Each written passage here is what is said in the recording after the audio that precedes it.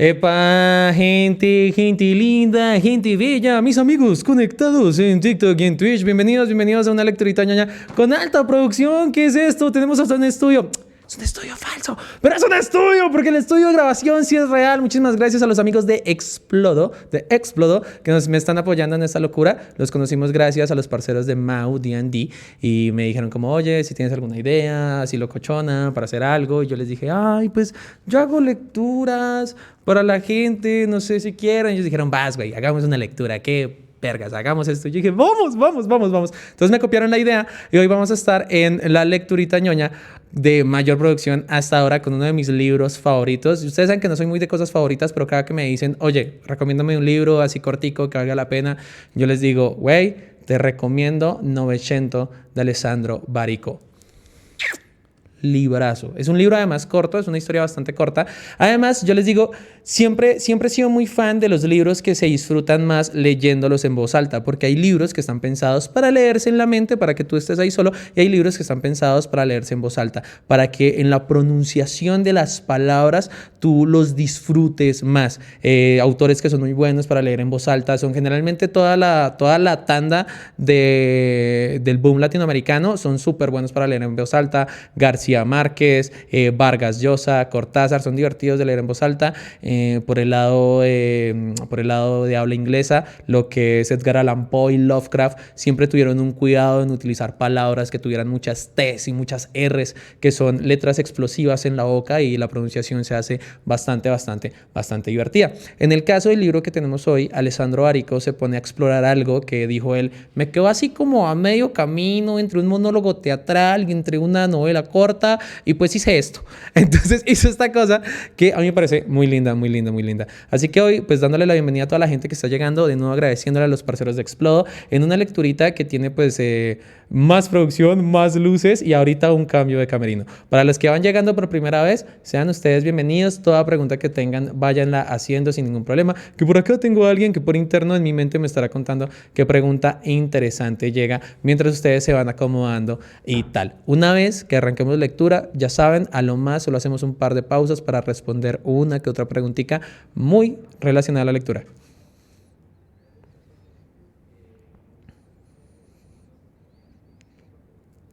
Opa, Paquito Vázquez, gracias por la pregunta. Además de los tacos al pastor, pero mira que yo fui fan de unos tacos que no son tan populares, pero a mí los tacos de tripa me encantaron, güey. Para los colombianos, el taco de tripa es taco de chunchullo. Entonces, no, me encantó un montón esa vuelta. Pero además, mira, yo soy muy fan de la arquitectura mexicana. En general, todas las ciudades que visité de México tienen una arquitectura que me gusta mucho. O sea, visualmente son ciudades que son muy lindas de caminar y eso los voy a extrañar muchísimo. Colombia tiene una belleza diferente. Creo que la belleza principal de Colombia es la de pasear sus paisajes y todo, pero la arquitectura mexicana la voy a extrañar muchísimo. Me gusta mucho, tengo mucho más que pasear de las ciudades mexicanas, me encantan un montón. Gracias por la pregunta. Gracias. Bueno, pues, visitando, cuéntame, ¿qué otra pregunta nos llega? Sí, yo creo que podemos ir empezando para no irnos complicando tanto. Bienvenidos, amigos. Tenemos un cambio de escenario. Es que tenemos otros escenarios. Esto me encanta. O sea, me encanta el nivel de producción de esto. Ay, qué hermoso. Si llega mucha gente, amigos, recuerden dar like, recuerden darle doble tap a la pantalla para compartir. Y vamos a un cambio de escena. Ay, vean esto. No, amo esto, me encanta esta vuelta. Amigos, recuerden hoy darle mucho tap a la pantalla, muchos comentarios, mucho amor a los parceros de Explodo, tanto en TikTok como en Twitch. Muchas gracias a todos los amigos que se vayan llegando a este canal. Si no sigues este canal, recuerda seguirlo porque es un canal en el que estamos leyendo libros en vivo, porque queremos ser el canal de lecturas más popular en Latinoamérica. Muy fácil de conseguir porque hay como 5, así que al menos ya estamos en top 10. Pero la vuelta es ser no solamente el número 1, sino que la gente sepa que en canales como Twitch, en canales como TikTok, como YouTube, también hay lecturas. No solamente hay gente haciendo entretenimiento con videojuegos y con juegos de mesa y con otras cosas que ya están en el popular del entretenimiento, sino que también estamos leyendo. Y yo de ti sigo este canal porque siempre voy a hablar muy bien de ti, mi hermano y hermana, que estés siguiendo un canal en el que se promociona la lectura. Ustedes le pueden decir, no, pero es que siempre sigues a puro pendejo en redes, y tú vas a decir, no, este güey lee libros. Entonces, como este güey lee libros, ya soy más ilustrado, y van a decir, wow, sí es mega ilustrado, dame 3 hijos. Entonces va a ser súper maravilloso. Así que por favor, sigan más este tipo de canales. Claro, claro que sí. Además, este libro está sin abrir. Me encanta que este libro fui y lo busqué aquí.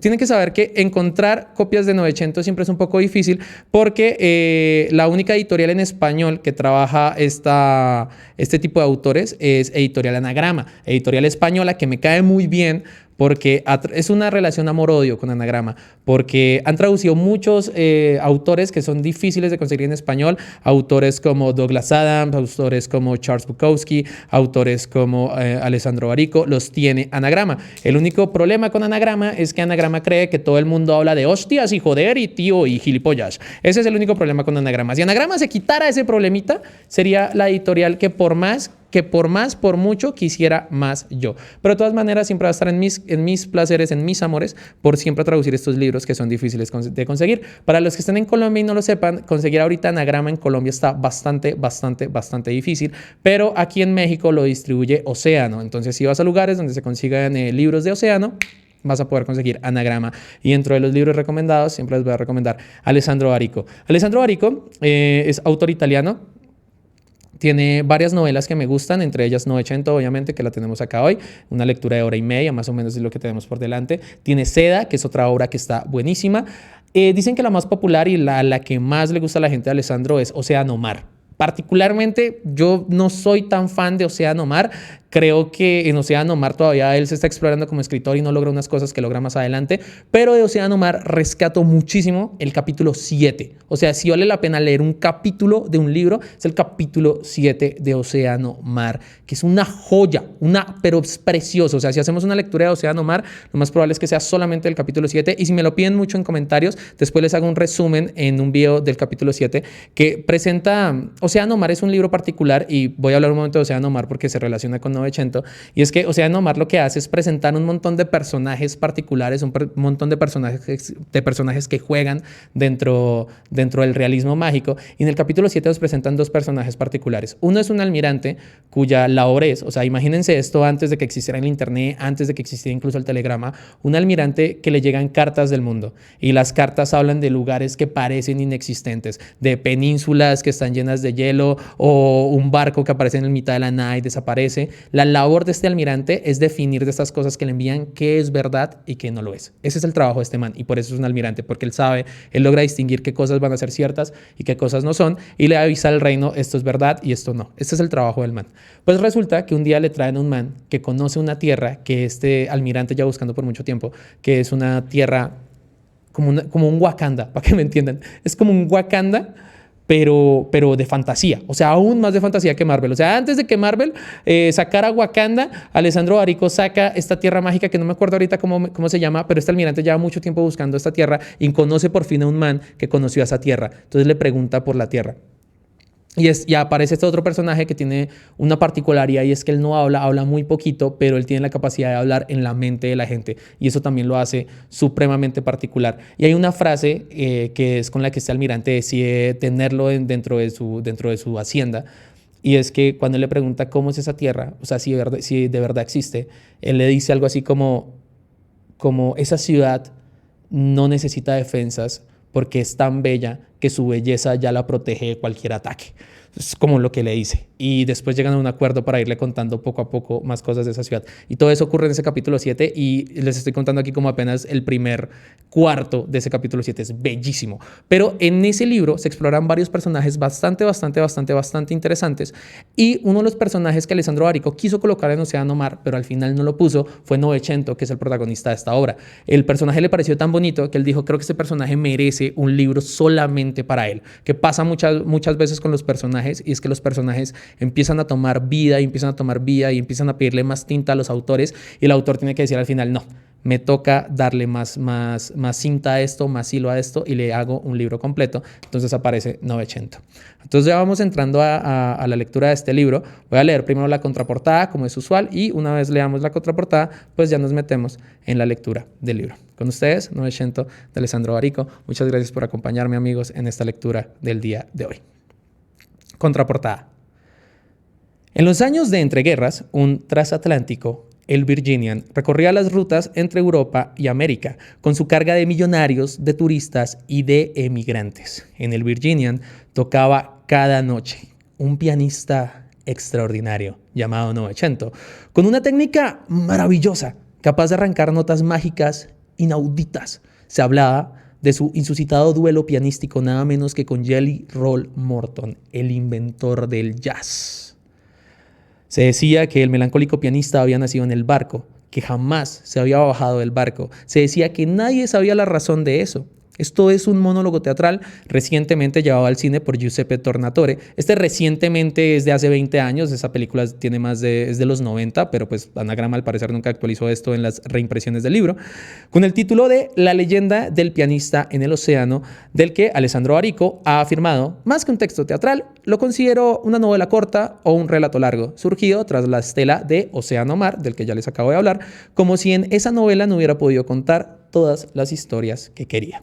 Ahora, para los que no conozcan al señor Alessandro Arico, nació en Turín en 1958, además de numerosos ensayos y artículos, es autor de las novelas Tierras de Cristal, que ya se leyó en este canal, Océano Mar, que no me acuerdo si ya se leyó en este canal, pero creo que en YouTube lo pueden encontrar, de la novela Seda, The City, Sin Sangre, Esta Historia, Emmaus y bueno, un montón más, junto con otros ensayos que también son bastante conocidos e interesantes de leer. Particularmente les recomiendo el ensayo Next de Alessandro Arico, que es un ensayo sobre las nuevas tecnologías, pero pues escrito desde la versión de un periodista que además escribe muy, muy bien. Anagrama es usual que no tenga dentro de sus páginas, generalmente aquí ya ven que aquí viene la biografía del autor, Anagrama rara vez lo hace, directamente se manda a la obra. Con ustedes, Novecento, es lo que tenemos acá.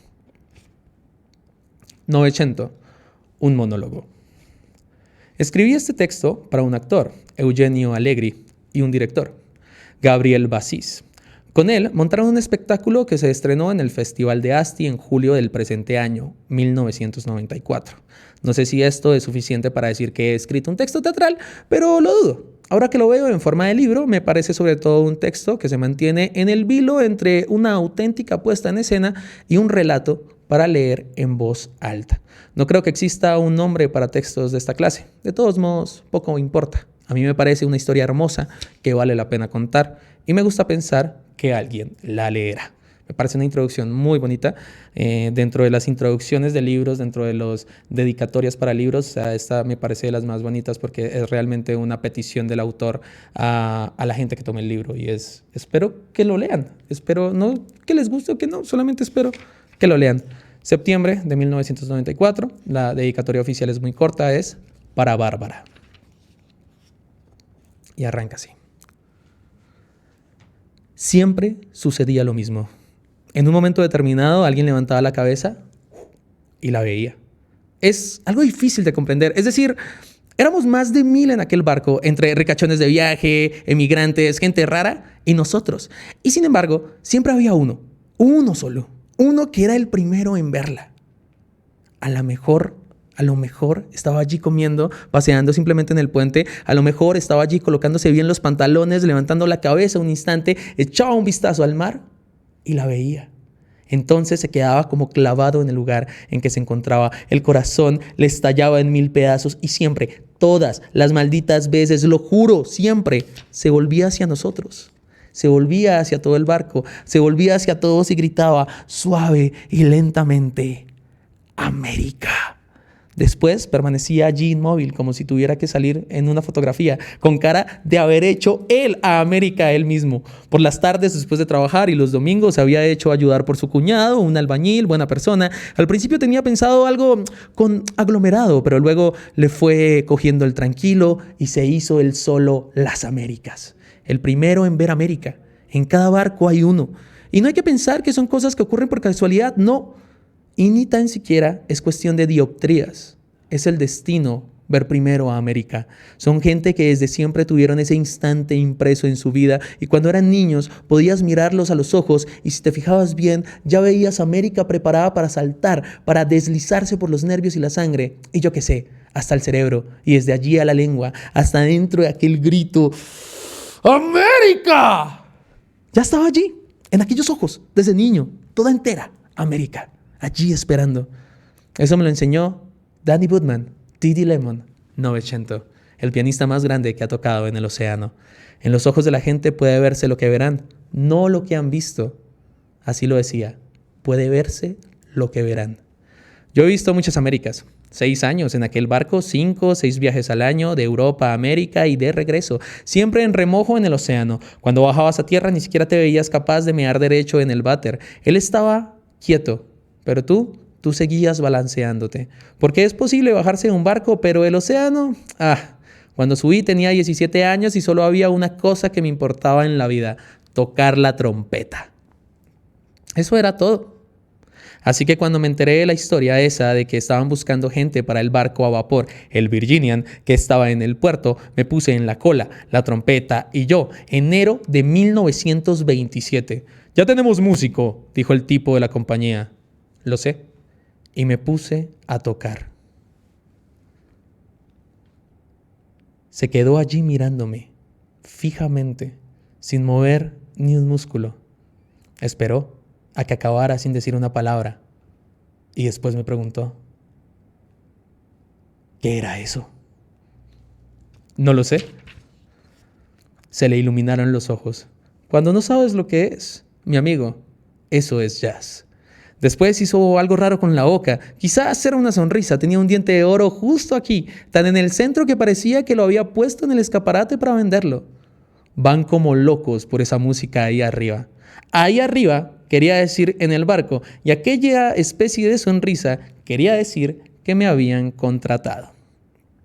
Tocábamos 3, 4 veces al día. Primero para los ricos de la clase de lujo y luego para los de segunda clase, y de vez en cuando íbamos donde estaban aquellos pobres emigrantes y tocábamos para ellos. Pero tocábamos sin uniforme, tal como íbamos, y de vez en cuando tocaban ellos también con nosotros. Tocábamos porque el océano es grande y da miedo. Tocábamos para que la gente no notara el paso del tiempo y se olvidara de dónde estaba y de quién era. Tocábamos para hacer que bailaran, porque si bailas no puedes morir y te sientes Dios.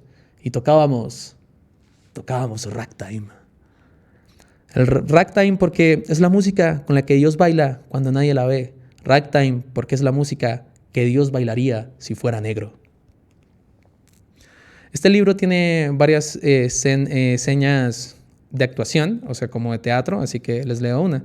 El actor sale del escenario, empieza una música Dixie muy alegre y básicamente idiota. El actor reaparece en escena.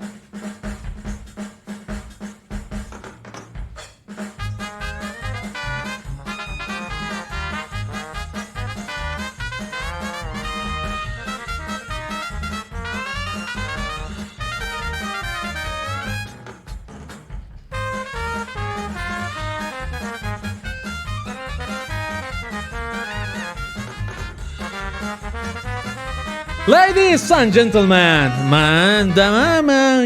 señoras y señores, mes amis, merci. Bienvenidos a este barco, a esta ciudad flotante que se parece en todo y por todo al Titanic. Calma, calma, permanezcan sentados. Al señor del fondo vi que se ha tocado un poco. Lo he visto perfectamente.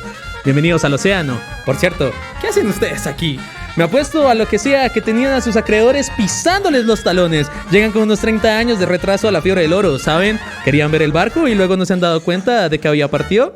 Han salido un momento para comprar cigarrillos y en ese mismo instante su esposa está con la policía diciendo: es que era un buen hombre, normalísimo, de una pelea en 30 años. En fin.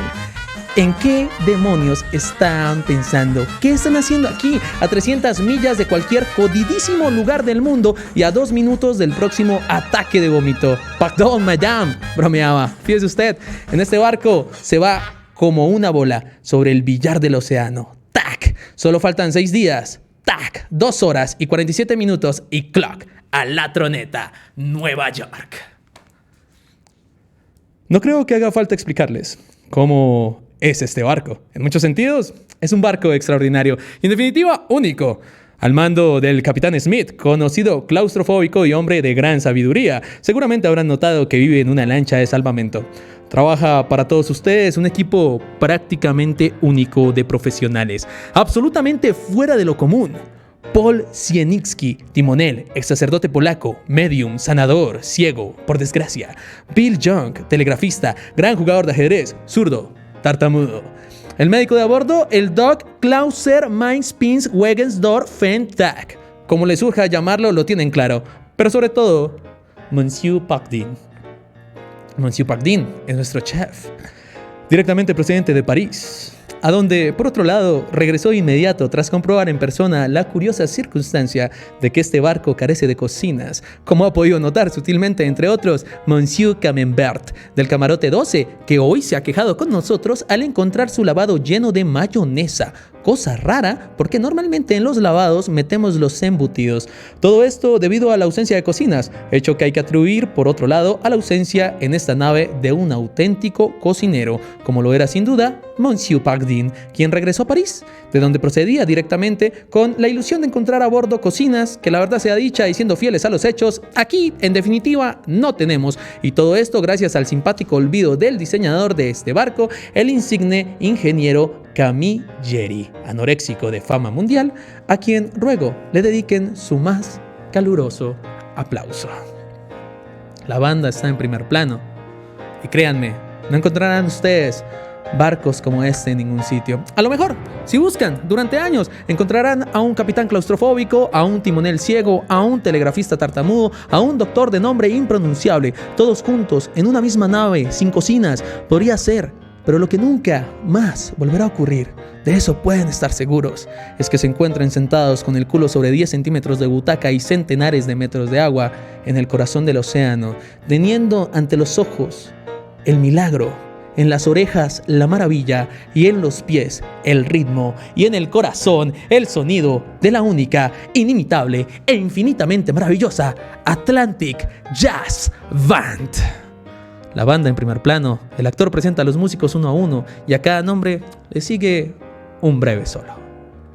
Al clarinete, mis amigos, está Sam Sleepy Washington.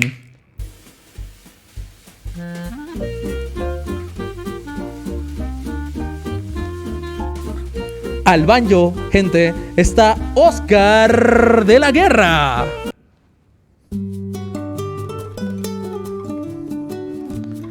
A la trompeta, cómo no, nuestro querido Tim Tooney.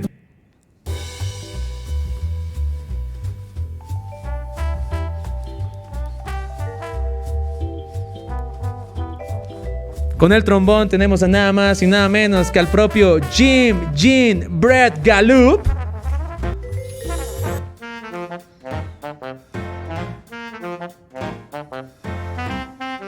Y a la guitarra, mis amigos, el propio Samuel Hawkins.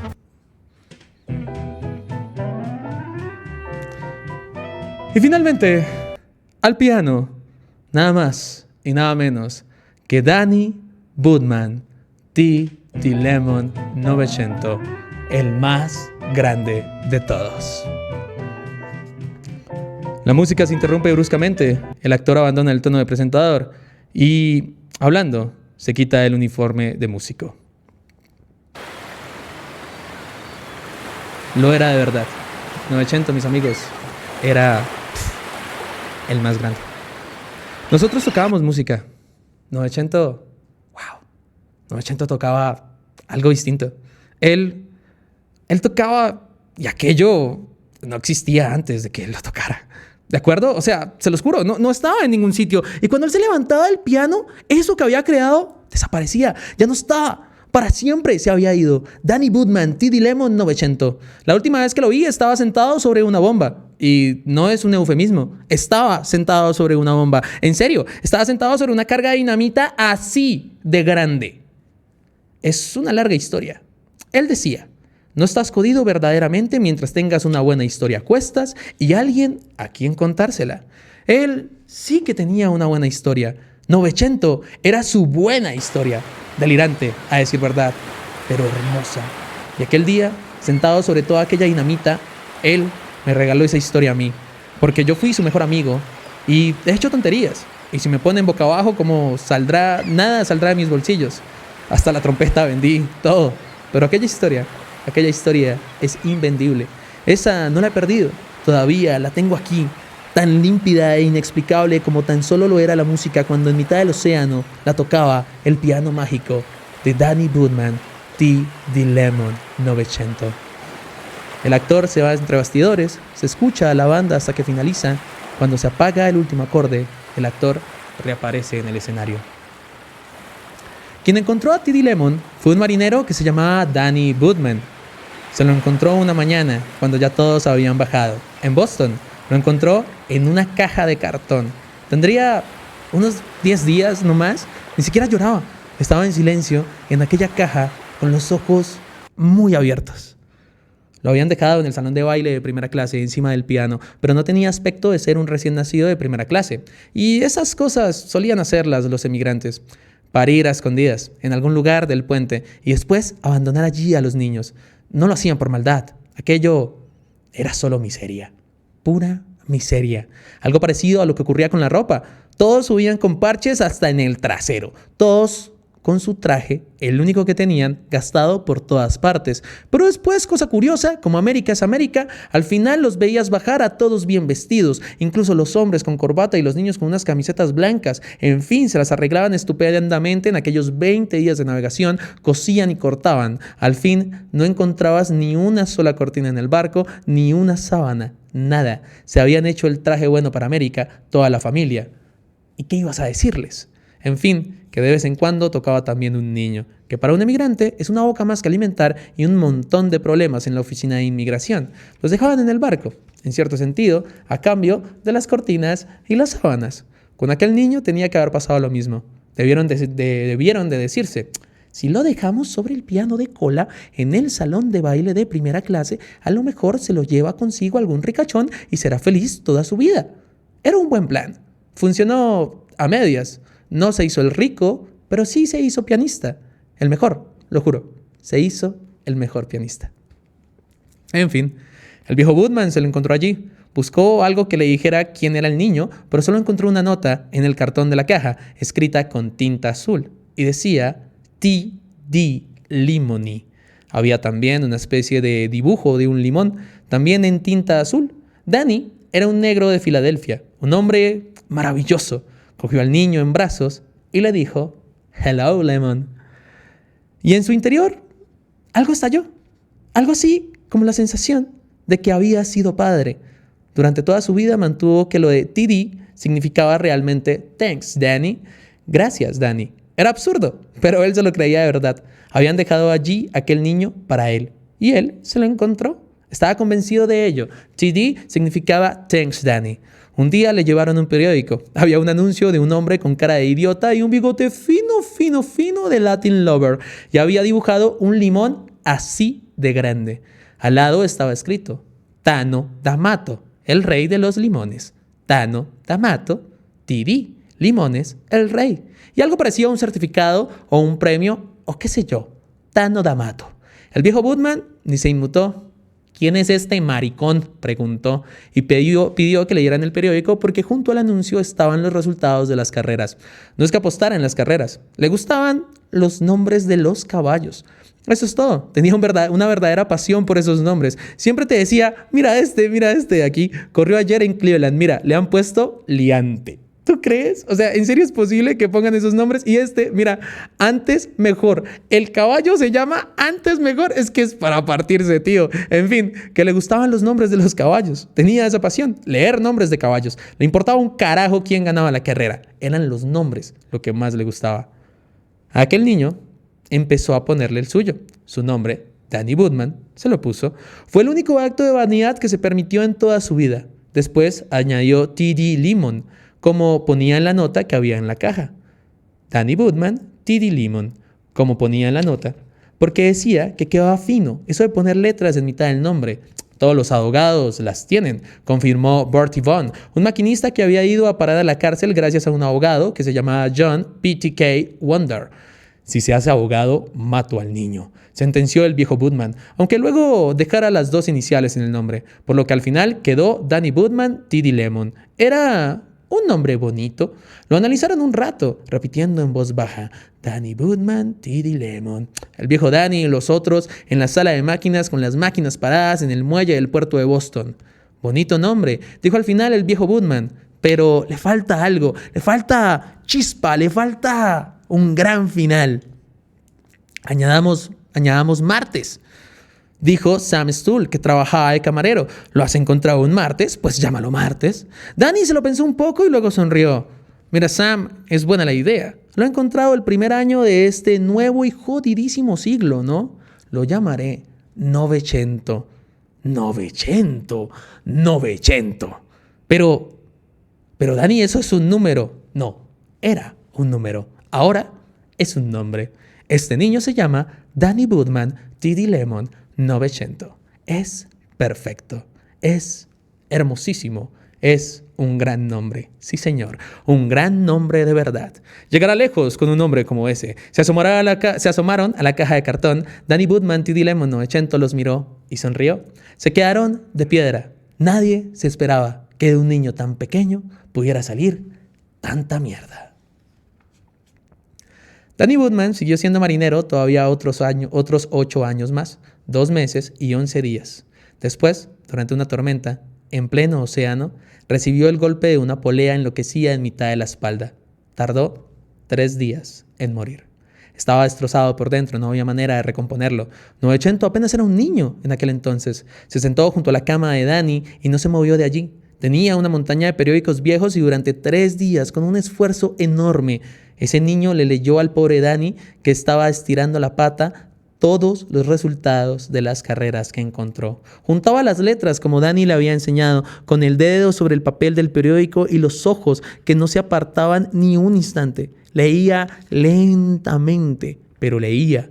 Y así, el viejo Danny murió en la 6ª carrera de Chicago, en que ganó agua potable con 2 cuerpos de ventaja sobre sopa de verduras y 5 sobre maquillaje azul.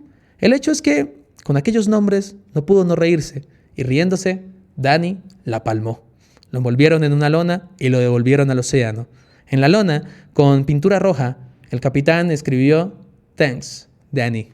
Y así, de repente, Novecento se quedó huérfano por segunda vez. Tenía 8 años y ya había hecho el trayecto entre Europa y América ida y vuelta unas 50 veces. El océano era su casa. En cuanto a la tierra, bueno, la tierra nunca la había pisado.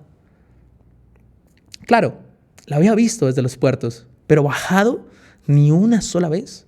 El hecho es que Danny tenía miedo de que se lo llevaran con alguna de esas historias de documentos y visados y otras zaranjadas. Por eso Novecento permanecía a bordo siempre. Y después, en un determinado momento, volvían a partir. Para ser precisos, Novecento ni siquiera existía para el mundo. No había una ciudad, no había una iglesia, no había un hospital, cárcel, equipo de béisbol que hubiera inscrito su nombre en algún sitio. No tenía patria, no tenía fecha de nacimiento, no tenía familia, tenía 8 años, pero oficialmente Novecento nunca había nacido. «Esto no puede seguir así por mucho tiempo», le decían de vez en cuando a Danny. Entre otras cosas, va contra la ley. Pero Danny tenía una respuesta irrefutable ante aquellos reclamos. «A la mierda la ley», decía. Y con aquel punto de partida, no había mucho que discutir. Cuando llegaron a Southampton, al final del viaje en que Danny murió, el capitán decidió que había llegado la hora de acabar con aquella historia. Llamó a las autoridades portuarias y le dijo al segundo de a bordo que fuera a buscar a Novecento. Pues bien, no lo encontró. Lo buscaron por todo el barco durante 2 días completos y nada. Novecento había desaparecido. A todo el mundo le sentó fatal aquella historia, porque en fin, allí en el Virginian se habían acostumbrado a aquel crío y nadie se atrevía a decirlo, pero es que no era difícil saltar por la borda y luego el mar hace las suyas y así que tenían el corazón en un puño cuando 22 días después partieron con rumbo a Río de Janeiro sin que Novecento hubiera regresado o sin que hubieran tenido noticias de él. Serpentinas y sirenas y fuegos artificiales al partir, como siempre, pero aquello era distinto. Esa vez estaban a punto de perder a Novecento y estaban a punto de perderlo para siempre. Algo les desgarraba la sonrisa a todos y les roía el corazón. La segunda noche de viaje, en la que ya no se veían ni siquiera las luces de la costa irlandesa, Barry, el contramaestre, entró como loco en el camarote del comandante, despertándolo y diciéndole que tenía que acompañarlo sin dilación. El comandante blasfemó, pero después se fue con él. Salón de baile de primera clase, luces apagadas, gente en pijama de pie en la entrada, pasajeros en las puertas de sus camarotes y además marineros. 3 de ellos completamente ennegrecidos recién subidos de la sala de máquinas y también Truman, el telegrafista, todos en un silencio absoluto, mirando. Novecento estaba sentado en el taburete del piano, con las piernas colgando sin tocar el suelo. Y como hay Dios, Novecento estaba tocando ese piano.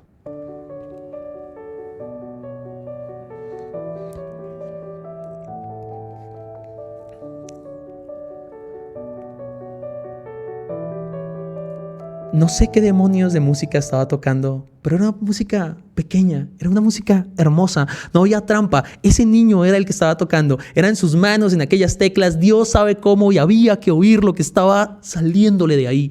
Había una señora en salto de cama de color rosas, pinzas en el pelo, cargada de dinero. En resumen, la esposa americana de algún agente de seguros. Pues bueno, tenía unos enormes lagrimones que chorreaban sobre la crema de noche. Miraba y lloraba sin parar cuando vio al comandante a su lado, atontado por la sorpresa, literalmente atontado. Cuando lo vio a su lado, se sorbió los mocos. Me refiero a la ricachona. Se sorbió los mocos y señalando al piano le preguntó: ¿cómo se llama? Novecento. La canción no, el niño. Novecento. ¿El niño se llama como la canción? Era ese tipo de conversación que un comandante de la Marina no puede mantener más allá de 4 o 5 réplicas. Sobre todo cuando acaba de descubrir que un niño, al que creía muerto, no solo estaba vivo, sino que, entre tanto, había aprendido a tocar el piano. Dejó plantada la ricachona con sus lágrimas y todo lo demás y atravesó con paso decidido el salón, en pantalones de pijama y con la americana del uniforme desabrochada. Se paró al llegar al piano. Habría querido decir muchas cosas en aquel momento, entre otras, ¿dónde coño has aprendido a tocar? O incluso, ¿dónde diablos te habías metido? Pero como tantos hombres acostumbrados a vivir de uniforme, el comandante había acabado por pensar también en uniforme. Así que lo que le dijo a Novecento fue: Novecento, todo esto es contrario al reglamento. Novecento dejó de tocar el piano. Era un muchacho de pocas palabras y gran capacidad de aprendizaje. Miró con dulzura al comandante y le dijo: a la mierda el reglamento. Se oye un ruido de tormenta. El mar se ha despertado. El mar se ha descarrilado. Estalla el agua contra el cielo, estalla, aclara, arranca el viento, nubes y estrellas, furibundo, se desata hasta cuando no se sabe. Dura un día, acabará, mamá esto, mamá lo otro, no me lo habías dicho, mamá. Ro, te acuna el mar y una mierda te acuna, furibundo a tu alrededor, espuma y suplicio, loco el mar hasta donde alcanza tu vista, solo negro y muros negros y remolinos y todos callados esperando que acabe de una maldita vez y naufragar es una posibilidad. Mamá, ya no quiero hacer esto, quiero el agua mansa que te refleja, quieta esos muros absurdos de agua, precipitándose este ruido. Quiero que vuelva el agua que tú sabías, quiero que vuelva al mar, silencio, luz y peces voladores por encima volando. Primer viaje, primera tormenta. Qué mala pata. Todavía no sabía cómo iban las cosas cuando me pilló una de las tormentas más criminales en la historia del Virginian. En mitad de la noche se le hincharon las pelotas y ¡ala! A romper la baraja. El océano parecía que nunca fuera a acabar. Alguien que toca la trompeta en un barco cuando llega una tormenta no es que pueda hacer gran cosa. Pues, como mucho, no seguir tocando la trompeta. Pero no quería complicar las cosas. Estarse quietecito en su litera. Pero yo no aguantaba allí encerrado. Tú crees que tienes recursos para distraerte, pero puedes estar seguro de que antes o después, si estás en un camerino, en un camarote, en mitad de una tormenta en un barco, te llega directamente al cerebro esa frasecita: murió como una rata. Y por eso salí de aquel camarote y me puse a vagar por el Virginian. No sabía a dónde ir. Estaba en aquel barco desde hacía 4 días. Podía sentirme contento si encontraba el camino para llegar a Los Lavados. Son pequeñas ciudades flotantes, de verdad. En resumen, claro está, chocando por todas partes y cogiendo pasillos al azar, a la buena de Dios, al final me perdí. La había cagado. Definitivamente la había jodido. Fue en ese preciso momento cuando llegó un tipo vestido elegante en tonos oscuros, caminando tranquilamente. No tenía pinta de haberse perdido, parecía que ni siquiera notara las olas, como si estuviera paseando por el paseo marítimo de Niza. Y ese hombre era Novecento. Tenía 27 años por aquel entonces, pero parecía que tuviera más. Yo apenas lo conocía. Habíamos tocado juntos en aquellos 4 días con la banda, pero pues nada más que eso. No sabía ni siquiera en qué camerino estaba. Claro que los otros me habían contado cosas sobre él. Contaban algo raro. Decían, Novecento no ha bajado nunca de aquí. Nació en este barco y desde entonces ha permanecido en el barco. Siempre. 27 años sin poner nunca pie en tierra. Tal como lo contaban. Parecía que era una trola inmensa. Decían incluso que tocaba una música inexistente. Lo que yo sabía era que todas las veces, antes de empezar a tocar allí, en el salón de baile, Fritz Hermann, un blanco que no entendía nada de música, pero que tenía un rostro bonito, por lo cual dirigía a la banda, se las acercaba y le decía en voz baja a Novecento: «Hey, Novecento, por favor, solo las notas normales, ¿de acuerdo?» Novecento decía que sí con la cabeza y después tocaba las notas normales, mirando fijamente hacia adelante, sin echar ni una mirada a sus manos. Era como si se encontrara en otra parte. Ahora sé que en efecto, cuando tocaba estaba en otra parte, pero entonces no lo sabía. Pensaba que era un poco raro y nada más. Aquella noche, en mitad de la tormenta, con ese aspecto de caballero de vacaciones, me encontró allí, perdido en un pasillo, cualquiera con la cara de difunto. Me miró, me sonrió y me dijo: «Ven». Y en fin, si alguien que toca la trompeta en un barco se encuentra en mitad de una tormenta a alguien que le dice «ven», el que toca la trompeta solo puede hacer una cosa, y esa cosa es ir. Yo fui tras Novecento. Él caminaba. Yo, pues, era un poco diferente, no tenía aquella compostura, pero en fin, llegamos al salón de baile. Y después, rebotando de una punta a otra, yo obviamente, porque él parecía que tuviera raíles debajo de los pies, llegamos cerca del piano. No había nadie por allí. Estaba casi a oscuras. Solo se veía alguna lucecita aquí y allá. Novecento me señaló las patas del piano y me dijo: «Quítale los topes». El barco bailaba, que era una maravilla. Costaba Dios y ayuda a permanecer de pie. Desbloquear aquellas ruedecillas no tenía el mínimo sentido. Si te fías de mí, quítale los topes. Ese tío estaba loco, pensé. Y le quité los topes. Y ahora ven, siéntate aquí, me dijo. No entendía a dónde quería ir a parar. De veras, es que no lo entendía. Estaba allí intentando mantenerme quieto. Aquel piano que empezaba a deslizarse como una inmensa pastilla de jabón de color negro. Era una situación verdaderamente asquerosa, lo juro, metidos hasta el cuello en la tormenta, y por si no bastara, aquel loco sentado en su taburete. Otro jabón hermoso. Y las manos en el teclado, totalmente quietas. Novecento me volvió a decir: «Si no te subes ahora, ya no podrás subir», dijo el loco sonriendo. «Vale, lo mandaremos todo a la mierda, ¿va? Total, ¿qué vamos a perder con subir? ¿De acuerdo? Venga, ya me he subido a tu estúpido taburete. ¿Y ahora qué? Ahora», me dijo Novecento, «no tengas miedo». Y se puso a tocar. Empieza una música para piano solo. Es una especie de danza vals, tranquilo, dulce. El artilugio, que vamos a pensar que es el piano, empieza a columpiarse y a llevar al actor por todo el escenario. A medida que el actor avanza en su relato, el movimiento se hace más amplio hasta llegar a rozar los bastidores. Vale, nadie está obligado a creerlo. Y yo, a decir verdad, nunca me lo creería si me lo contaran.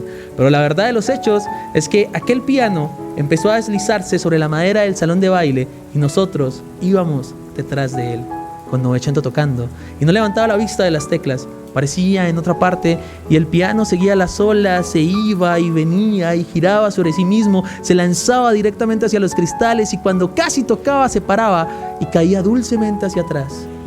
Ya te digo, parecía que el mar nos acunara y nos acunara a nosotros.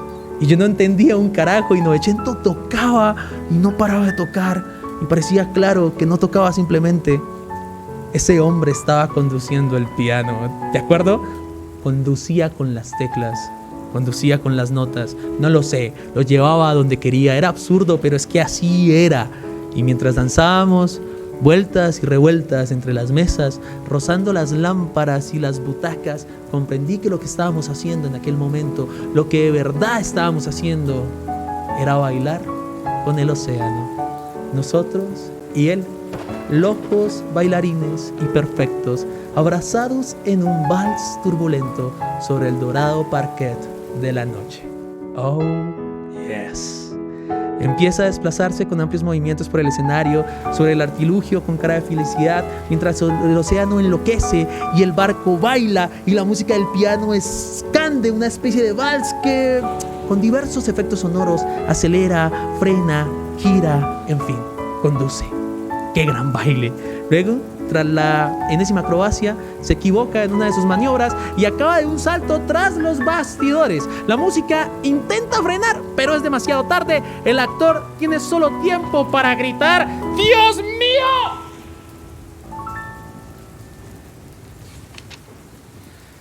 Y sale por uno de los bastidores laterales tropezando contra algo.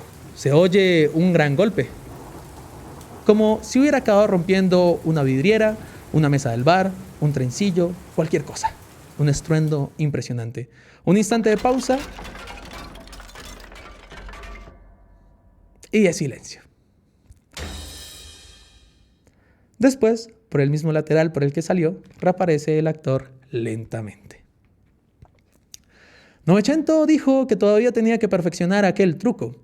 Yo le dije que en el fondo se trataba solo de ajustarle los frenos a las cosas. El comandante, acabada la tormenta, dijo, con voz excitada y gritando: me cago en vosotros dos. Ahora mismo vais a la sala de máquinas y os quedáis allí, porque si no os mato con mis propias manos, y que quede claro que lo pagaréis todo, hasta el último céntimo, aunque tengáis que trabajar hasta el resto de vuestras vidas, como que este barco se llama el Virginian y vosotros sois los dos imbéciles más grandes que hayan cruzado el océano entero.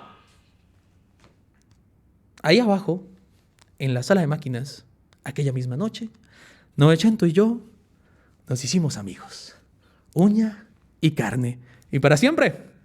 Nos pasamos todo el tiempo contando lo que podría costar en dólares todo lo que habíamos roto, y cuanto más subía la cuenta, más nos estábamos riendo. Y si pienso en ello, me parece que esos momentos, eso era ser feliz, o era algo muy parecido a la felicidad. Fue durante esa noche cuando le pregunté si aquella historia era cierta, lo de él y el barco, vamos, que si había nacido allí y todo lo demás, si era verdad que no había bajado nunca de allí. Y Novecento me respondió, sí, pero ¿de verdad? ¿De verdad? Él estaba muy serio. ¿De verdad? ¿De verdad? Y no sé qué, en aquel momento lo que sentí por dentro, por un instante, sin quererlo y sin saber por qué, fue un escalofrío. Y era un escalofrío de miedo. Miedo. Una vez le pregunté a Novecento en qué demonios pensaba mientras tocaba y qué estaba mirando, siempre con la vista clavada adelante y, en fin, a donde se iba con sus pensamientos, mientras las manos iban arriba y abajo sobre las teclas. Y Novecento me dijo, mira, hoy he acabado llegando a un país bellísimo. Las mujeres tenían el cabello perfumado, había luz por todas partes y estaba lleno de tigres. Y ahí lo entendí. Novecento viajaba. Y cada vez acababa en un lugar distinto, en el centro de Londres, en un tren en mitad del campo, en una montaña tan alta que la nieve te llegaba hasta la barriga, en la iglesia más grande del mundo, contando columnas y mirando cara a cara a los crucificados. Novecento viajaba. Resultaba difícil comprender lo que podía saber él de iglesias y de nieve y de tigres. Y vamos, que nunca había bajado del barco, nunca en su vida. No era una trola, era verdad. No había bajado nunca y, sin embargo, era como si hubiera visto todas esas cosas. Novecento era alguien a quien le decías, una vez estuve en París. Y él te preguntaba si habías visto los jardines tal y cual, si habías comido en aquel determinado sitio. Lo sabía todo de París. Te decía, lo que a mí más me gusta allí en tierra es esperar la puesta de sol caminando arriba y abajo por Pont Neuf, y cuando pasan las gabarras, pararme a mirar detrás, desde encima, y saludarlas con la mano. Novecento, ¿alguna vez has estado en París? No. Bueno, entonces, sí. ¿Sí qué? Sí estaba en París. Se podía pensar que estaba loco, y de cierta manera lo estaba, pero no era tan simple. Cuando alguien te cuenta con absoluta exactitud qué olor tiene Bertram Street en verano, cuando acaba de dejar de llover, no puedes pensar que está loco por la única y estúpida razón de que no haya estado nunca en Bertram Street. En los ojos de alguien, en las palabras de alguien, él había respirado ese aire a su manera, pero de verdad. Quizás Novecento no había visto nunca el mundo, pero hacía 27 años que el mundo pasaba por aquel barco y hacía 27 años que él desde aquel barco lo escrutaba y lo rodeaba y le robaba el alma. En eso era un genio, nada que objetar. Novecento sabía escuchar y sabía leer, pero no hablo de que supiera leer libros. Eso lo sabe hacer cualquiera. Sabía leer a la gente, ruidos, olores, su tierra, su historia, todo escrito encima. Leía y con infinita atención catalogaba, clasificaba, ordenaba. Cada día añadía un pequeño retazo a aquel inmenso mapa que estaba dibujándose en la cabeza. Inmenso, el mapa del mundo entero, y de una punta a la otra, ciudades enormes y esquinas de bar, largos ríos, charcos, aviones, leones. Un mapa fantástico.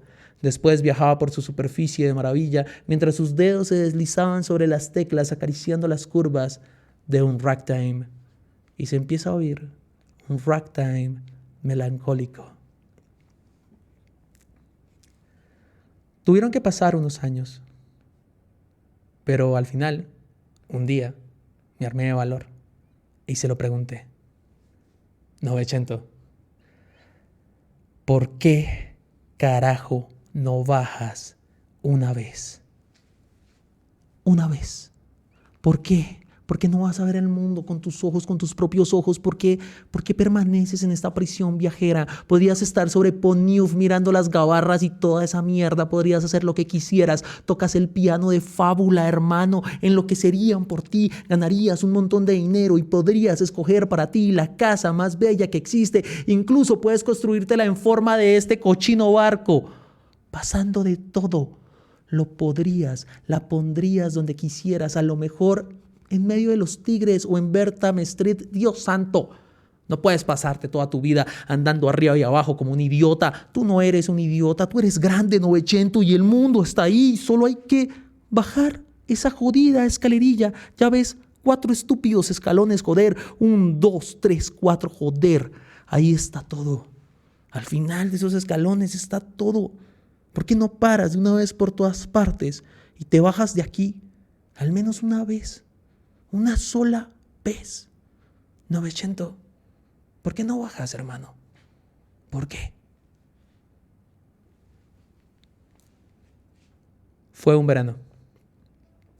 Verano de 1931. Cuando subió al barco, Jelly Roll Morton, completamente vestido de blanco, incluso el sombrero, y un diamante así en el dedo. Era un tipo que cuando daba un concierto escribía en los carteles: esta noche, Jelly Roll Morton, el inventor del jazz. El inventor del jazz. No lo escribía porque sí. Ese hombre estaba convencido de ello. Él había inventado el jazz. Tocaba piano, siempre sentado un poco fuera del taburete y con 2 manos, que eran mariposas, ligerísimas. Había empezado en los burdeles de Nueva Orleans y allí había aprendido a rozar las teclas y acariciar notas. En el piso de arriba hacían el amor y no quería jaleo. Querían una música que se deslizara por detrás de las cortinas y por debajo de las camas sin molestar. Él tocaba esa clase de música y en eso, verdaderamente, Jelly Roll Morton era el mejor. Alguien, en algún sitio, un día, le habló, por error, de Novecento. Tuvieron que decirle algo como: ese Novecento es el más grande pianista del mundo. Puede parecer absurdo, pero era algo que podía ocurrir. Novecento no había tocado ni una sola nota fuera del Virginia, ni sin embargo era un personaje célebre a su manera en aquel tiempo. Era una leyenda. Algo así.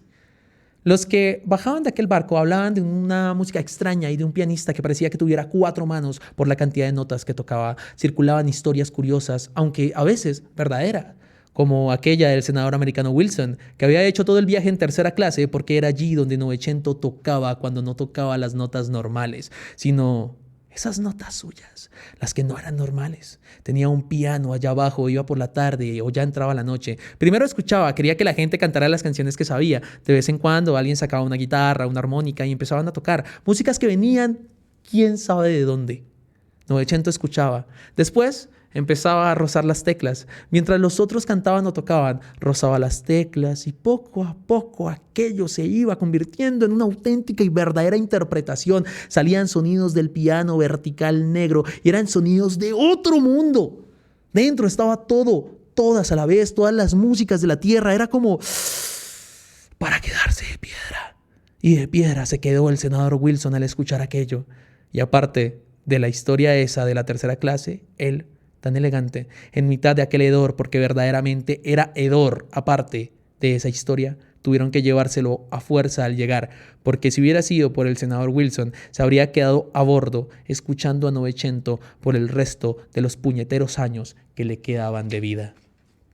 De verdad, salió en los periódicos, pero era cierto, tal como os lo cuento. En fin, que alguien le fue a Jelly Roll Morton y le dijo: en ese barco hay alguien que hace lo que quiere con el piano y cuando le apetece toca jazz, pero cuando no le apetece toca algo que es como 10 veces el jazz junto. Jelly Roll Morton tenía un carácter pues muy suyo, muy suyo. Todos lo sabían. Lo miró y le dijo: pero ¿cómo puede tocar bien alguien que no tiene cojones ni para bajar de un estúpido barco? Y se echó a reír como un loco, el inventor del jazz.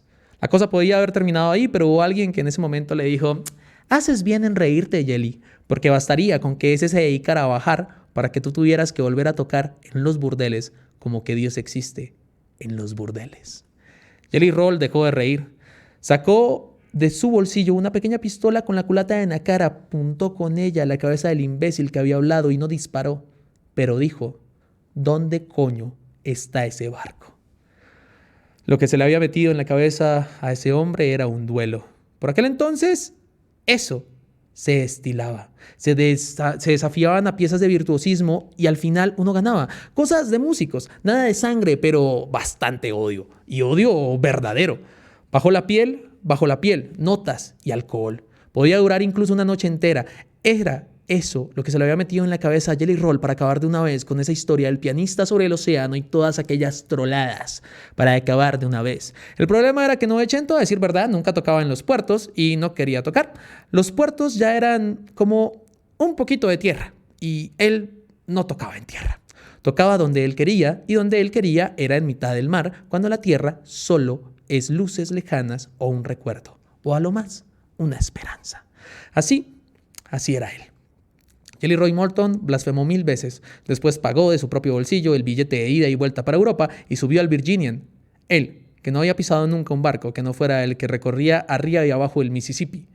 Es lo más tonto que he hecho en mi puñetera vida, dijo, con alguna blasfemia de por medio, a los periodistas que fueron a despedirlo al muelle 14 del puerto de Boston. Después se encerró en su camarote y esperó a que la tierra se convirtiera en luces lejanas y recuerdo y esperanza. Novecento, por su parte, no es que se preocupara por el asunto, ni siquiera lo comprendía muy bien. ¿Un duelo? ¿Y por qué un duelo? Pero sentía curiosidad.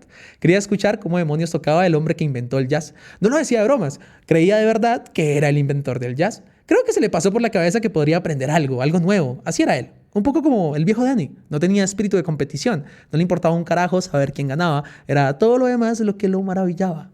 Todo lo demás.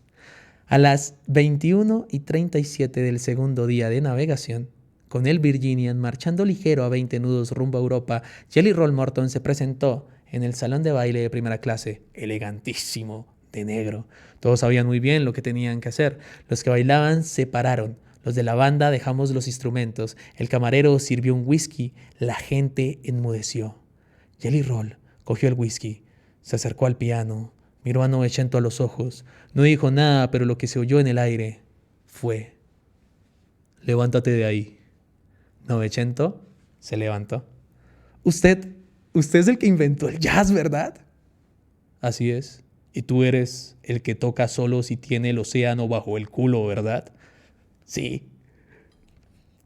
Habían hecho las presentaciones. Jelly Roll se encendió un cigarrillo, lo dejó en equilibrio en el borde del piano, se sentó y empezó a tocar Ragtime. Parecía algo que nunca antes hubiera escuchado. No tocaba. ese hombre se deslizaba. Era como unas enaguas de seda que se deslizaban por el cuerpo de una mujer y que lo hacían bailando. Estaban todos los burdeles de América en aquella música, pero, los burdeles de lujo, esos donde hasta la encargada de guardarropa es bonita. Jelly Roll acabó bordando notitas invisibles, las de más arriba al final del teclado, como una pequeña cascada de perlas sobre un suelo de mármol. El cigarrillo seguía ahí al borde del piano a medio consumir, pero toda la ceniza seguía allí sin caerse. Se diría que no había querido caerse para no hacer ruido. Jelly Roll cogió el cigarrillo entre los dedos. Tenía unas manos que eran mariposas. Ya lo he dicho, cogió el cigarrillo y la ceniza permaneció allí sin caerse. No tenía la más mínima intención de dejarse ganar por la gravedad. A lo mejor había truco en todo aquello. No lo sé. Lo cierto es que la ceniza no se caía. El inventor del jazz se levantó, se acercó a Novecento, le puso el cigarrillo debajo de la nariz con toda su ceniza bien colocadita y dijo: te toca, marinero. Novecento sonrió. Novecento se estaba divirtiendo en serio. Se sentó en el piano e hizo la cosa más tonta que podía haber hecho. Tocó una imbecilada. Una canción de una idiotez infinita. Vuelve Papaíto. Una canción de críos. La había escuchado algún inmigrante años atrás y desde entonces no se la había podido sacar de encima. Le gustaba de verdad. Pues la verdad no sé qué le encontraba, pero le gustaba esa canción. La encontraba, no sé, conmovedora. Claro que no era una pieza de virtuosismo. Si me pusiera, hasta yo mismo podría tocarla. Y él la tocó, jugando un poco con los graves, duplicando algunas cosas, añadiendo 2 o 3 florituras de las suyas. Pero en fin, era una idiotez y siguió siendo una idiotez. Jelly Roll tenía la cara de alguien a quien le han robado los regalos de Navidad. Fulminó a Novecento con 2 ojos de lobo y se sentó de nuevo en el piano. Jelly Roll, en ese momento, se marcó un blues que habría hecho llorar a un maquinista alemán. Parecía que todo el algodón de todos los negros del mundo estuviera allí y él lo recogía con aquellas notas, algo para robar el alma. Todo el mundo se puso de pie, se sorbía la nariz. Aplaudía. Jelly Roll ni siquiera hizo un gesto de saludo. Se veía que le faltaba muy poco para estar hasta los cojones de toda aquella historia. Le tocaba de nuevo a Novecento. La cosa ya empezó mal de entrada porque se sentó en el piano con 2 lagrimones así en los ojos, con aquel blues. Se había emocionado y esto podría resultar incluso comprensible. Lo verdaderamente absurdo fue que, con toda la música que tenía en la cabeza y en las manos, ¿qué diréis que se le ocurrió tocar a Novecento? Tocó el blues que acababa de escuchar. Era tan hermoso, me dijo después al día siguiente para justificarse. Ya ves tú, no tenía ni la más remota idea de lo que era un duelo y no sabía pues para qué se hacía. No tenía la más remota idea. Tocó el mismo blues. Por si fuera poco, se había convertido en su cabeza en una serie de acordes lentísimos uno tras otro, en procesión, un aburrimiento mortal de necesidad. Tocaba encorvado sobre el teclado, se regodeaba en aquellos acordes uno a uno, sonaban raros, incluso disonantes, pero él se regodeaba. Los demás, menos. Cuando acabó, hasta se oyó algún silbido. Fue en ese momento cuando Jelly Roll perdió definitivamente cualquier paciencia que le quedara. Más que ir hasta el piano, se lanzó sobre él. Entre dientes, pero de forma que todos lo entendieran perfectamente, murmuró unas palabras muy claras. Anda y que te den por culo, gilipollas. Después empezó a tocar, pero venga, tocar no era la palabra. Un malabarista, un acróbata. Todo lo que se puede hacer con un teclado de 88 teclas, lo hizo a una velocidad monstruosa, sin equivocarse ni una nota, sin mover ni un músculo del rostro. No era ni siquiera música, eran juegos de manos, era magia bella y buena. Era una maravilla, sin discusión, una maravilla. La gente se puso como loca, chillaban, aplaudían, nunca habían visto nada similar. Había un jaleo que parecía fin de año. En aquel jaleo me encontré con Novecento. Tenía la cara más desilusionada del mundo y también un poco sorprendida. Me miró y me dijo: ese tipo es un memo. No le respondí. No había nada que responder. Se inclinó hacia mí y dijo: dame un cigarrillo, venga. Estaba tan aturdido que cogí uno y se lo di. Vamos a ver, es que 900 no fumaba. No había fumado nunca antes. Cogió el cigarrillo, se dio la vuelta y fue a sentarse al piano. Tardaron un poco en la sala en darse cuenta de que se había sentado allí y que a lo mejor quería tocar. Se oyeron incluso un par de bromas de mal gusto y carcajadas, algún silbido. La gente es así, es cruel con los perdedores. Novecento esperó pacientemente a que hubiera una especie de silencio a su alrededor. Luego echó un vistazo a Jelly Roll, que estaba de pie en el bar, bebiendo una copita de champán, y dijo en voz baja: «Tú lo has querido, pianista de mierda». Después apoyó mi cigarrillo en el borde del piano. Apagado el cigarrillo. Y empezó a tocar. Se oye una pieza de un virtuosismo excepcional. Quizás algo interpretado a 4 manos. No dura más de medio minuto. Acaba con una descarga de acordes fortísimos. El actor espera que acabe antes de continuar hablando.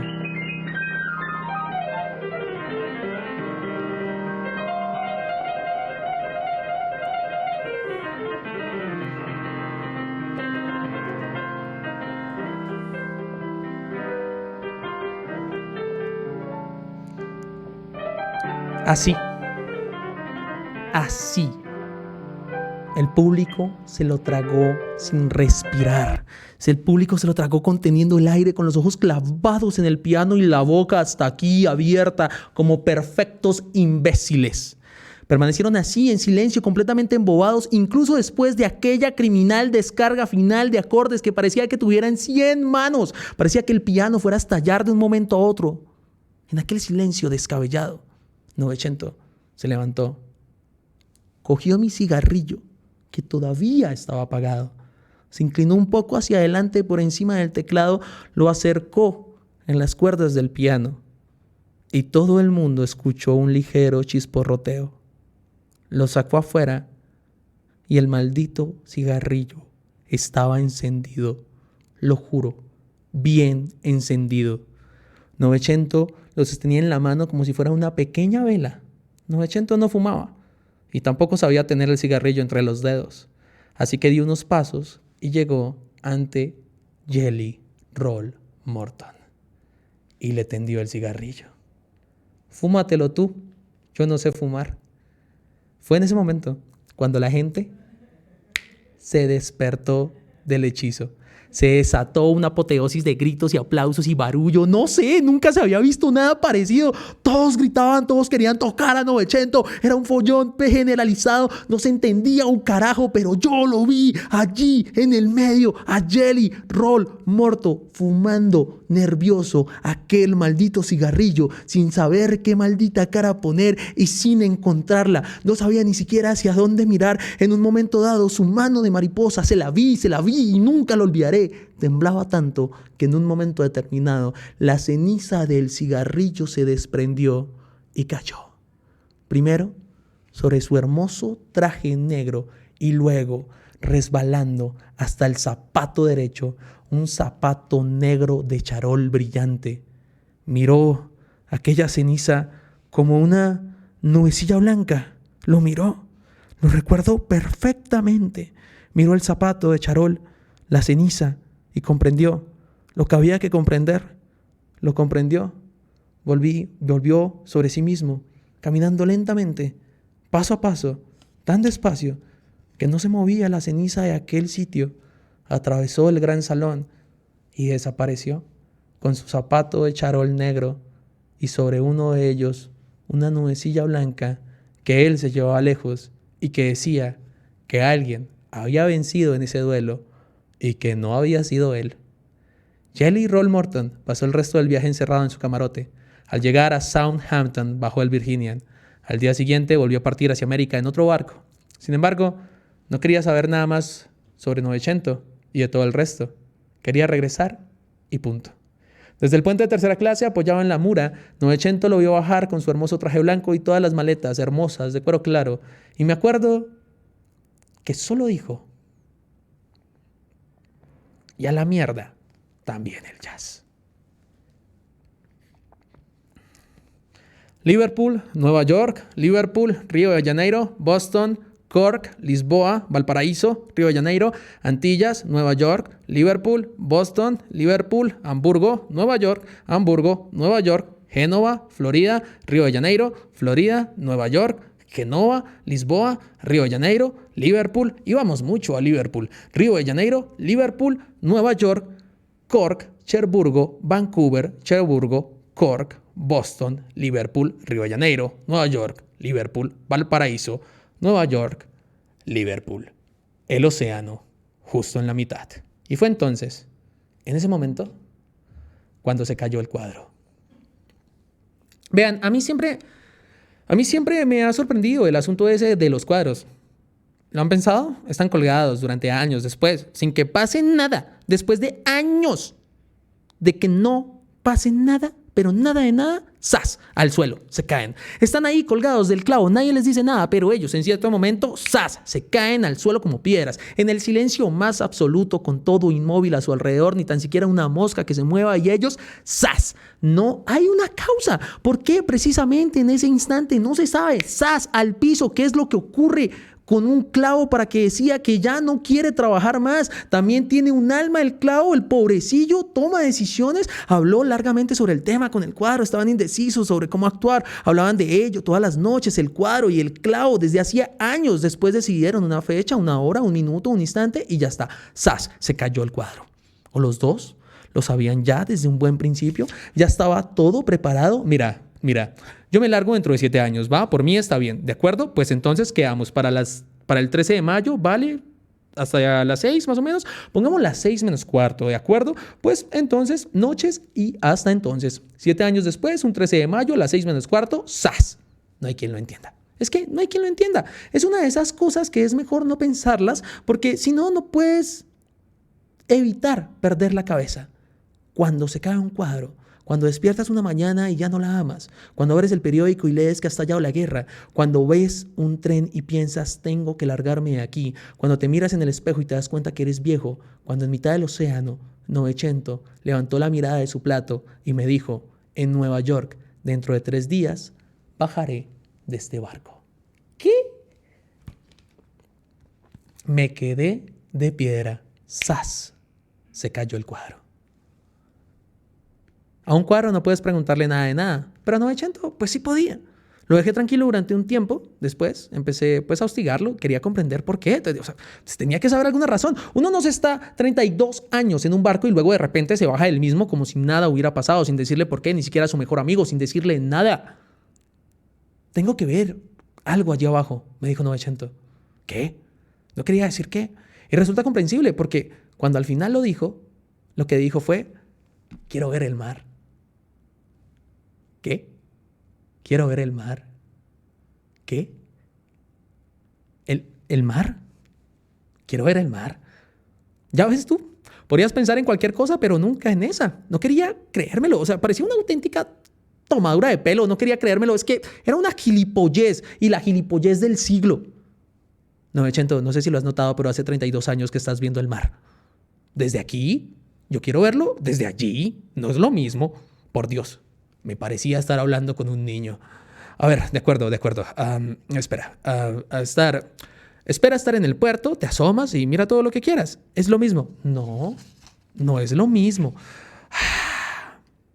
¿Quién te lo ha dicho, Novecento? Se lo había dicho uno que se llama Buster. Lynn Buster, un campesino, uno de esos que vive durante 40 años trabajando como un burro y lo único que ha visto es su campo y 1 o 2 veces la gran ciudad, unas leguas más allá, el día de feria. Pero lo que a él le había pasado era que la sequía se lo había quitado todo. La mujer se había fugado con un predicador de vete tú a saber qué y a sus hijos se los había llevado unas fiebres, a los 2. En fin, uno de esos que nació estrellado. De manera que un día recogió sus cosas, recorrió toda Inglaterra a pie para ir a Londres, pero teniendo en cuenta que no entendía mucho de caminos, en vez de llegar a Londres, acabó en un pueblecito insignificante. Aunque no obstante, si seguías por aquel camino, girabas un par de veces, rodeabas una colina, al final, de repente, veías el mar. Nunca lo había visto y se quedó pasmado. Lo había redimido. si hay que creer en lo que decía. Decía, es como un grito gigantesco que grita y lo que grita es, ¡pandilla de cabrones! La vida es algo inmenso. ¿Queréis enteraros o no? Inmenso. Lynn Buster no había pensado nunca aquello. Nunca se le había ocurrido pensarlo, que la vida es algo inmenso. Fue como una revolución en su cabeza. Quizás es que a Novecento tampoco se le había pasado por la cabeza todo aquello, que la vida es inmensa. A lo mejor incluso lo sospechaba, pero nadie se lo había gritado de aquella manera. Así que se hizo contar 1000 veces por aquel Buster la historia del mar y todo lo demás. Y al final decidió que él también tenía que experimentarlo. Cuando se puso a explicármelo, tenía el aspecto de alguien que te explica cómo funciona el motor de explosión. Era algo casi científico. Puedo permanecer años aquí arriba, pero el mar no me dirá nunca nada. Ahora yo me bajo, vivo en la tierra y en la tierra durante años me convierto en alguien normal. Luego un día me marcho, llego a cualquier costa, levanto la vista, miro el mar y ahí lo voy a oír gritar. ¡Ah! La vida es inmensa. ¿Ah? Científico. Algo científico. A mí me seguía pareciendo una gilipollez. Científica del siglo. La gilipollez científica más grande del siglo. Podría decírselo, pero no se lo dije. No era tan sencillo. El hecho es que yo quería a 980 y quería que un día u otro bajara del barco, que tocara para la gente de tierra, se casara con una mujer simpática, que tuviera hijos y en fin, todas las cosas de la vida, que a lo mejor no es inmensa, pero tienes que saber que es hermosa. Basta con tener un poco de fortuna y ya ganas. En fin, la historia esa del mar me parecía una verdadera chorrada, pero si servía para hacer bajar de allí a 900, por mí estaba bien. Así que al final pensé que eso sería lo mejor. Le dije que su razonamiento era impecable y que estaba contento, de verdad estaba contento, y que le regalaría mi abrigo de pelo de camello, que sería todo un espectáculo verlo bajar por la escalerilla con el abrigo de pelo de camello. A él se le veía hasta un poco emocionado. Pero vendrás a visitarme, ¿verdad? Cuando esté en tierra. Dios mío.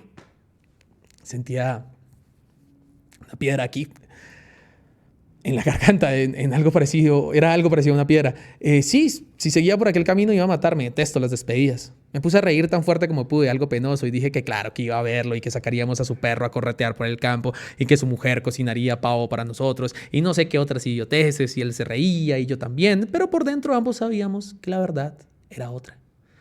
Ambos sabíamos que la verdad era que todo estaba a punto de acabar y no había nada que hacer.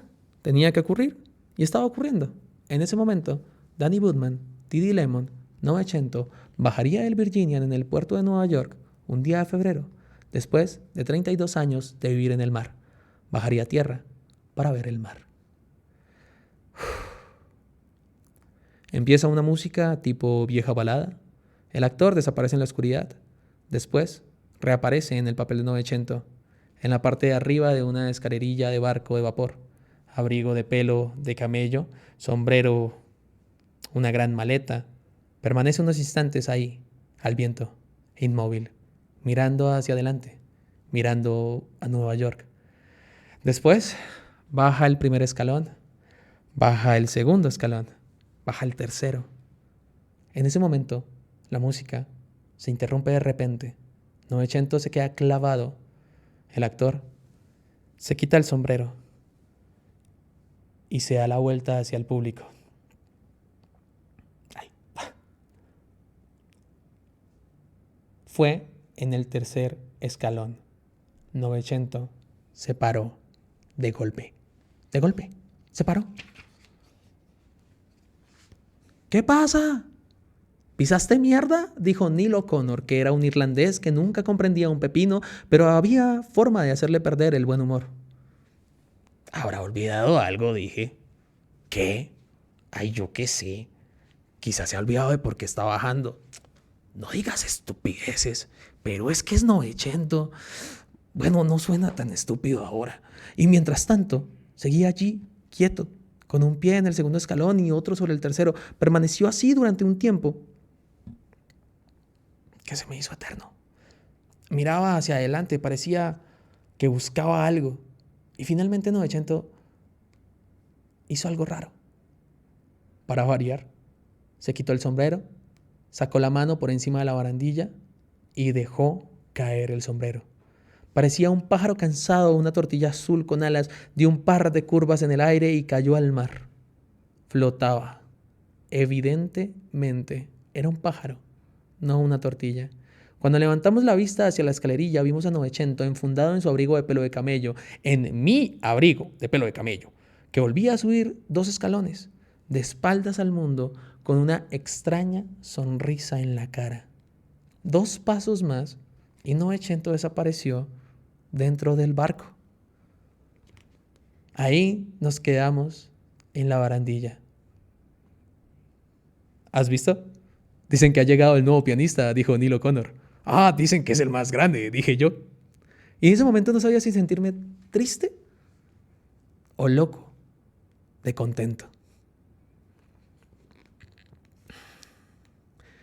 Lo que vio desde aquel maldito tercer escalón, Novecento nunca quiso decírmelo. Nunca. Ese día y en los viajes que hicimos después, Novecento estuvo un poco raro. Hablaba menos de lo habitual y ya hablaba poco. Y parecía muy ocupado en algunos de sus asuntos personales. Nosotros no hacíamos preguntas. Era evidente que algo iba mal, pero no teníamos ganas de hacerle preguntas. Y así siguió durante unos meses. Después, un día Novecento entró en mi camarote lentamente. Pero de un tirón. Sin pararse me dijo: gracias por el abrigo. Me sentaba de maravilla. Fue una lástima. Habría sido todo un espectáculo. Pero ahora todo va mucho mejor y ya se me ha pasado. No tienes que pensar que soy infeliz. Ya nunca más seré infeliz. En realidad yo no estaba seguro de que alguna vez se hubiera sentido infeliz. No era de esas personas sobre las que te preguntas si es feliz o no. Él era Novecento y punto. No se te pasaba por la cabeza pensar que tuviera algo que ver con la felicidad o el dolor. Parecía más allá de todo. Parecía intocable. Su música y él. Lo demás poco importaba. No tienes que pensar que soy infeliz. Ya nunca más lo seré. Aquella frase me dejó de piedra. Nunca la dijo. Tenía cara de no estar bromeando, cara de saber muy bien hacia dónde se dirigía y de qué llegaría. Era como cuando se sentaba al piano y empezaba a tocar. No había dudas en sus manos y las teclas parecían haber estado esperando aquellas notas desde siempre. Parecían haber estado allí para ellas y solo para esas notas. Parecía que estuvieran inventándolas en aquel preciso instante. Pero en alguna parte en su cabeza, aquellas notas estaban escritas desde siempre. Ahora sé que Novecento había decidido sentarse ante las teclas blancas y negras de su vida y empezar a tocar una música absurda y genial, complicada, pero definitivamente hermosa. La más grande de todas, y que con aquella música bailaría los años que le quedaran y que nunca más sería infeliz. Ahora bien, del Virginian yo me bajé el 21 de agosto de 1933. Me había embarcado 6 años antes, pero me parecía que había pasado toda una vida. No bajé para un día o para una semana, me bajé para siempre, con los documentos de desembarco y los atrasos cobrados y todo lo demás. Todo en regla. El océano y yo habíamos terminado. No es que aquella vida no me gustara. Era una manera extraña de hacer cuadrar los números, pero funcionaba. Lo que pasaba es que no conseguía imaginarme que aquello pudiera seguir así para siempre. Si haces de marinero, entonces es diferente. El mar es tu lugar. Puedes permanecer allí hasta reventar y no pasa nada. Pero alguien que toca la trompeta... Si tocas la trompeta en el mar, eres un extranjero y siempre, siempre lo serás. Antes o después, es justo que vuelvas a casa. Pues mejor antes, me dije. Mejor antes. Mejor antes, le dije a Novecento. Y él lo entendió. Se veía que no tenía ninguna ganas de verme bajar por aquella escalerilla pero decírmelo, pues nunca me lo dijo. Y era mejor así. La última noche, estábamos tocando allí para los típicos imbéciles de primera clase. Llegó el momento de mi solo. Y empecé a tocar. Y a las pocas notas de mi solo, oí que de repente el piano me acompañaba. Como un susurro. Con dulzura. Ese piano tocaba conmigo. Y continuamos juntos. Y yo tocaba lo mejor que sabía, vamos. Que yo no era Louis Armstrong, pero tocaba francamente bien, y con Novecento detrás de mí, siguiéndome a donde fuera, como él sabía hacer. Nos dejaron continuar durante un rato a mi trompeta y a su piano, por última vez, diciéndonos allí todas las cosas que no pueden ser dichas con palabras. A nuestro alrededor la gente seguía bailando, no se habían dado cuenta de nada, no podían darse cuenta.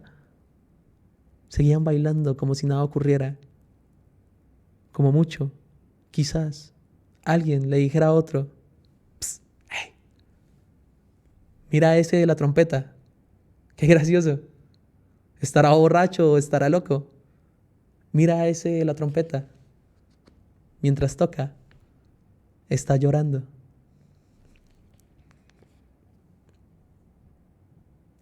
¿Cómo me fueron las cosas después? Tras haber bajado de allí, esa es otra historia. Quizás habría logrado hacer algo de provecho, sí, pero si fuera poco, no se hubiera metido de por medio aquella maldita guerra. Maldita guerra.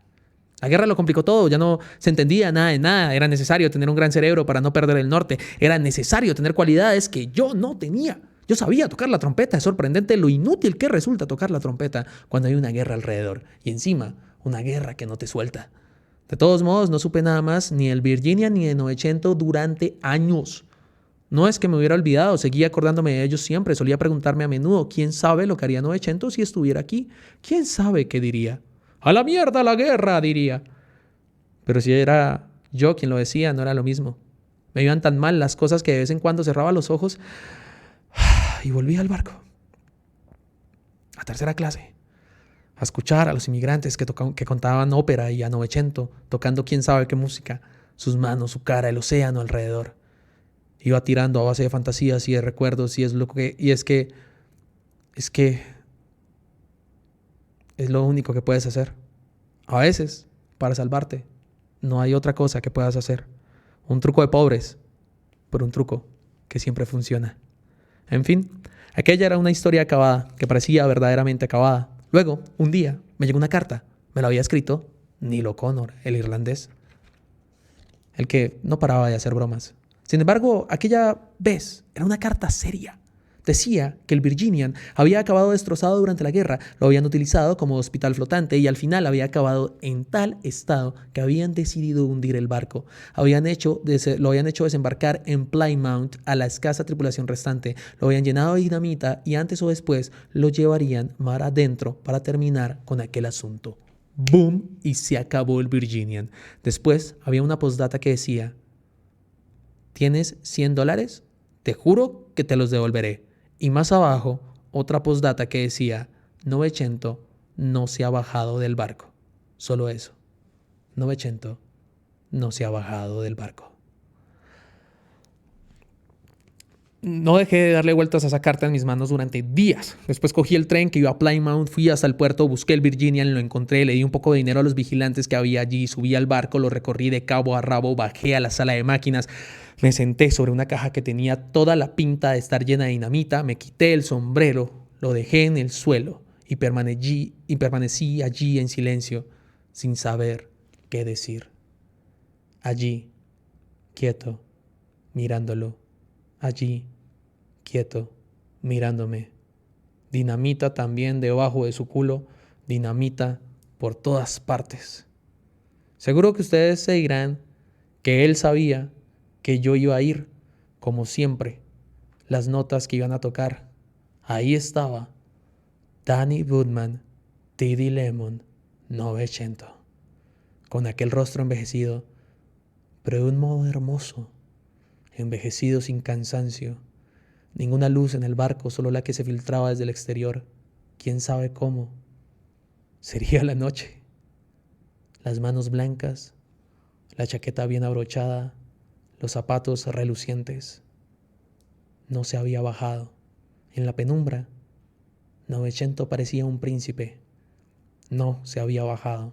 Saltaría por los aires con todo lo demás en mitad del mar. Un gran final. Todos mirando desde el muelle y desde la orilla, unos grandes fuegos artificiales. ¡Adiós! Cae el telón, humo y llamas. Una gran ola al final. Danny Woodman, T.D. Lemon, Novecento, mi amigo. En aquel barco tragado por la oscuridad, el último recuerdo de él es una voz casi solemne, despacio, hablando.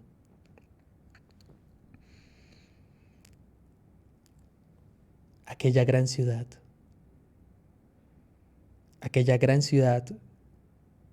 no se veía al final. El final, si es tan amable, podría indicarme dónde carajos está el final. Y el ruido en aquella maldita escalerilla, todo era muy hermoso y yo me sentía grande con aquel abrigo. Estaba dando un gran espectáculo y no tenía dudas. Estaba garantizado que iba a bajarme del barco. No había ningún problema. Con mi sombrero azul, primer escalón, segundo escalón, tercer escalón. Con mi sombrero azul no había ningún problema. Primer escalón, segundo escalón, tercer escalón, primer escalón, segundo.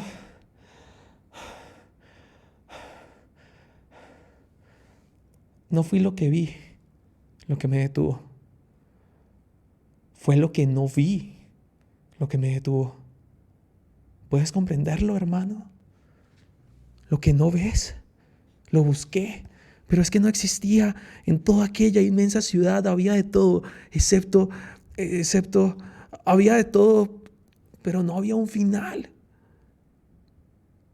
Lo que no vi es donde terminaba todo aquello. ¿Dónde es el final del mundo? Imagínate un piano. Las teclas empiezan, las teclas acaban. Tú sabes que hay 88 y sobre eso nadie puede engañarte. No son infinitas. Infinito eres tú. Y con esas teclas es infinita la música que puedes crear. Ellas son 88, tú eres infinito. Eso a mí me gusta. Es fácil vivir con eso. Ellas son 88, tú eres infinito. Pero si yo subo a esa escalerilla y frente a mí se extiende un teclado con millones de teclas, millones, trillones, millones y trillones de teclas que nunca se terminan. Y esa es la verdad, hermano, que nunca se terminan y que ese teclado es infinito. Si ese teclado es infinito, entonces en ese teclado no hay una música que yo pueda tocar. Ese es el piano en el que toca a Dios por los clavos de Cristo, pero tú viste aquellas calles. Contando solo las calles, las había a millares.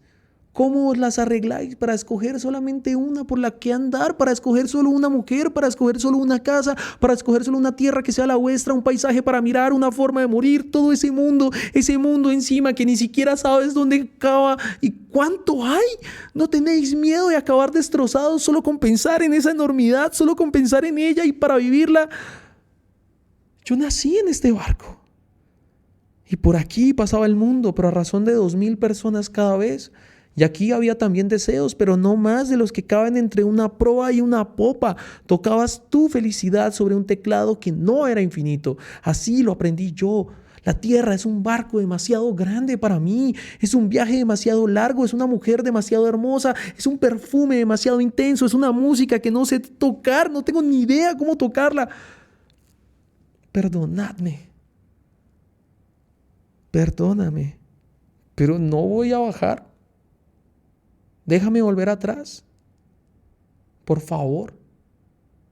Ahora, intenta comprender, hermano, intenta comprenderme si puedes. Todo este mundo en mis ojos, terrible pero hermoso, demasiado hermoso, y el miedo que me hacía retroceder, el barco de nuevo y para siempre. Pequeño barco, ese mundo en los ojos todas las noches de nuevo, fantasmas. Podrías morir si los dejaras actuar, las ganas de descender, el miedo a hacerlo.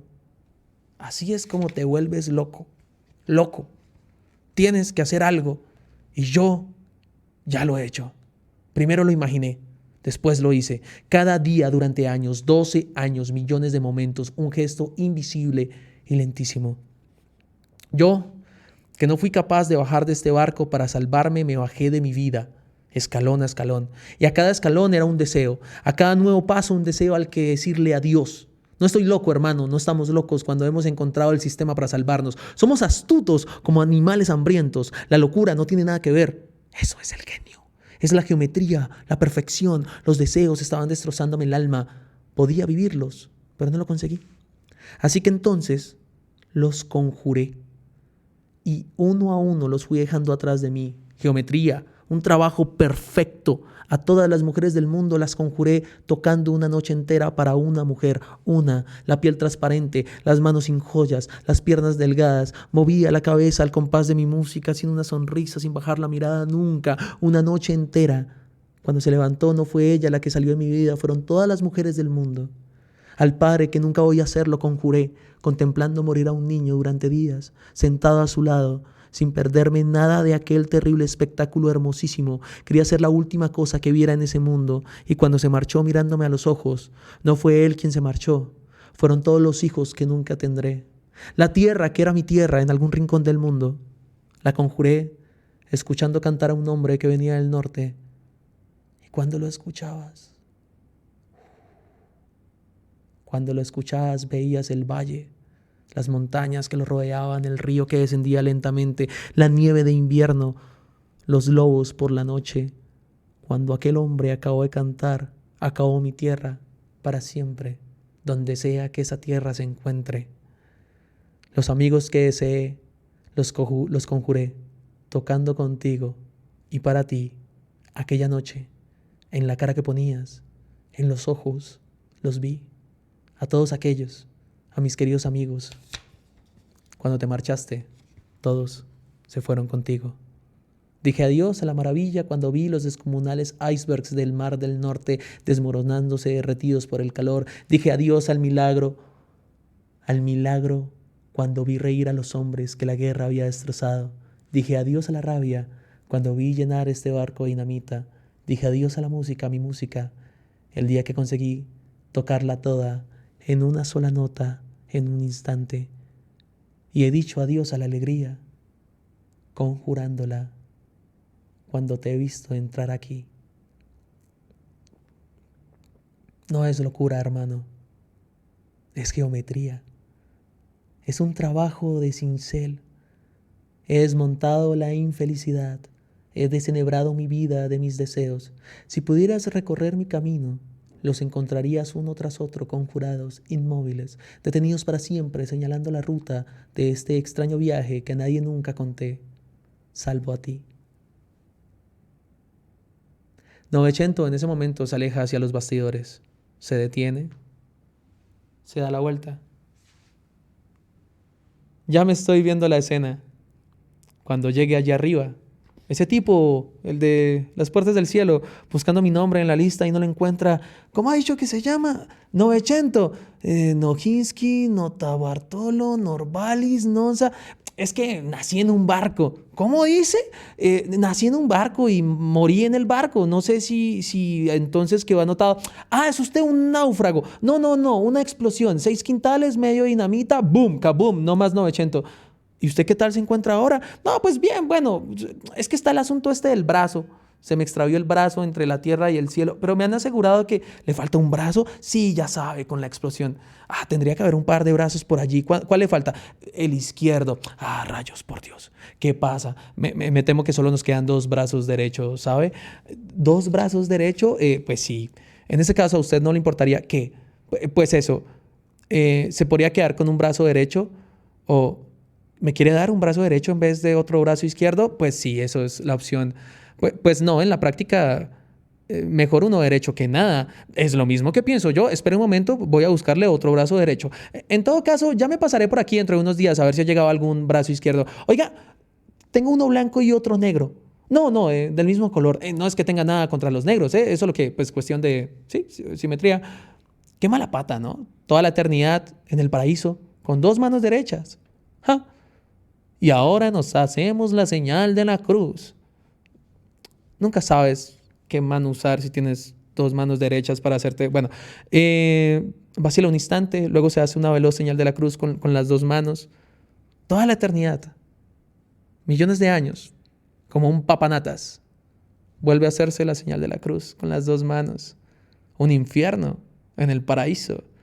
No tiene gracia. El actor se da la vuelta, va hacia los bastidores, se detiene a un paso de salir, vuelve de nuevo hacia el público, le brillan los ojos. Claro que no veas qué música con estas manos, ¿eh? Qué música con dos manos derechas. ¡Ja! Basta con que tengan un piano en el cielo. Vuelve a ponerse serio el actor. Es dinamita lo que tienes debajo del culo, hermano. Levántate y vete. Se acabó. En serio. Esta vez. Se acabó.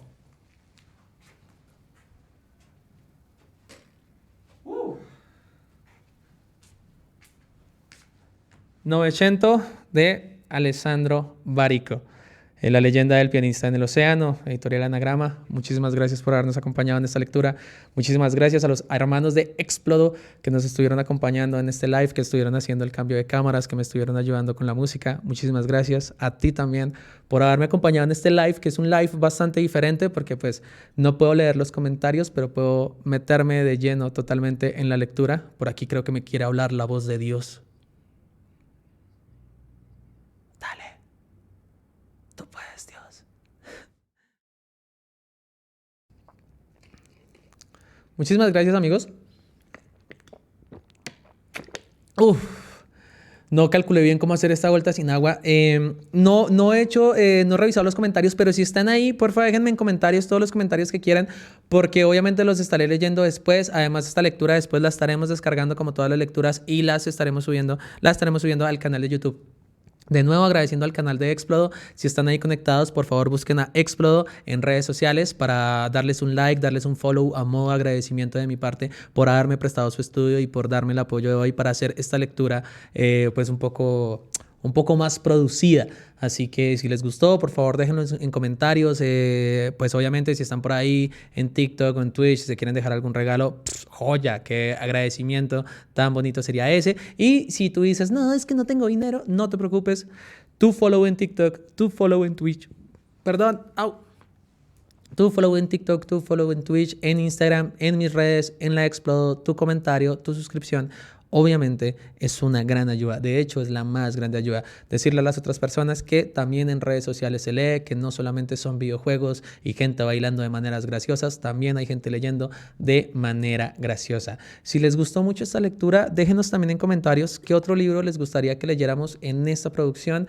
Esta fue la primera vez que lo hacemos de esta manera, así que obviamente tiene fallitos, pero si ustedes dicen, oigan, no, esto está muy bueno, espero que en mi próximo viaje a México podamos estar otra vez aquí en los estudios de Explodo, como tiene que ser, con más gente, con más libros y con más producción. No vamos a alargar esto mucho más. Muchas gracias por acompañarme. Mi nombre es Samuel Vela, @elfísicocuenta.